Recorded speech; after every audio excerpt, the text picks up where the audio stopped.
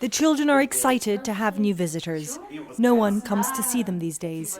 Their young smiles hide an extremely difficult reality, but their father struggles to hide his emotions.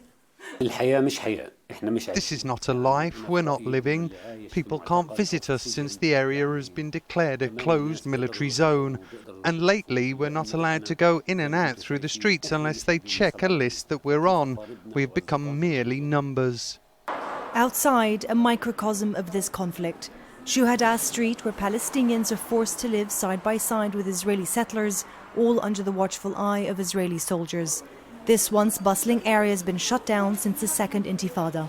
It's always been tense, but with the recent violence, things have become much worse. Leaving Mufid's house, there's a Star of David that's been spray painted on their door. Now, Palestinians can only walk a few more meters down this street. There's an army checkpoint, and beyond that, only settlers are allowed.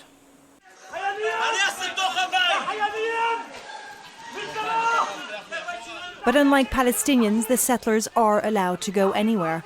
This is the roof of Mufid's house last Thursday. The voice you hear is Mufid's. He's yelling for the army, telling them that settlers are on his roof. There's not much he can do against men holding machine guns. Later that same day, a settlers' street party right outside their door under the protection of Israeli soldiers. It's an example of the provocation and incitement that Palestinians here complain about all the time. But they say nothing changes, no one seems to care. There isn't one person in this house that hasn't been attacked by settlers or the army. Whether it's me, my brother, our wives or our children, not one hasn't been attacked. It's why this city and anyone in it is always on edge.